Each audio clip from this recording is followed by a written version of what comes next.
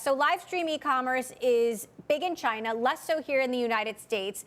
What's your vision for this? Yeah, so I think this is perfect timing for everyone to know more about live streaming shopping. So Popshop Live is a live streaming marketplace that combine entertainment, social, and commerce. And this is a movement really started by by millennial and Gen Z because they demand and desire for an authentic communication with brands and sellers.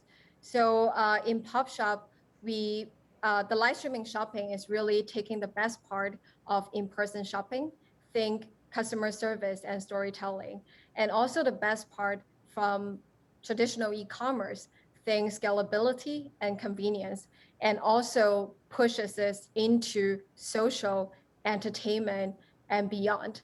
And anyone on the platform or on live shopping, they can start their own live shopping channel and sell directly to a national audience. In the past year, because of COVID, we have prioritized working with brick and mortar stores, as you can see on the screen, a lot of them streaming from their store. Right. And we help them to multiply their revenue in a few months. And So, oh, Danton, how does this compare to QVC and Home Shopping Network? Something that yeah. people of my generation are more familiar with. Yeah, so I think there are definitely the future is a lot like the past, and they're always going to be new again. So I think there are definitely some like connection with that experience. But I think the main difference is the real-time interactive interaction. This is something that QVC might have a little bit, but I think the digital mobile first experience really in like amplify that real-time interaction. Now, there is competition in this arena. There's TikTok, of course. There's Amazon Live, Facebook Live Shopping Fridays. I didn't actually even know they did that, but they do. Everyone seems to see that this is part of the future. What will set Popshop apart? Yeah, I think first of all, live streaming shopping at this generation is more than putting the broadcasting and the storefront together. It's like I mentioned, it's a lot more about the real-time interaction. So give you an example.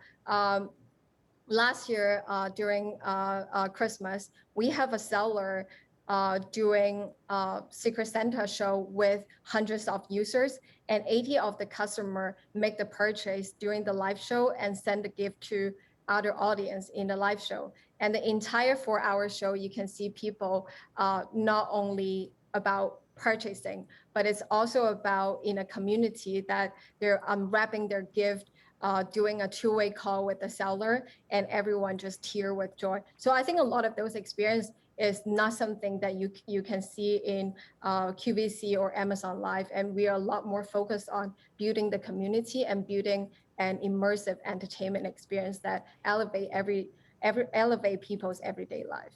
Now, one of the trends we saw in Amazon and Pinterest results, they just reported earnings this week, is that customers are going back to brick and mortar. I mean, as we come out of the pandemic, how much of an appetite do you think there is for this in the United States? Yeah. So like I mentioned, in the past year, we work with brick and mortar stores, and a lot of the brick and mortar store actually adopting a Popshop first platform. And there's one store in LA, Los Angeles.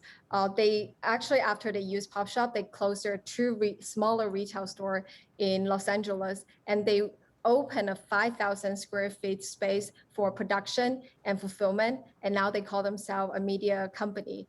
And there's also another seller. There's also another seller that they didn't have a fan base before they joined Popshop. And a few weeks ago, they celebrate their 1-year anniversary on Popshop by reopening their store for a day. And they have a crowd waiting outside outside of the store, and they open the door and they have to ask everyone one by one, what's your Popshop name?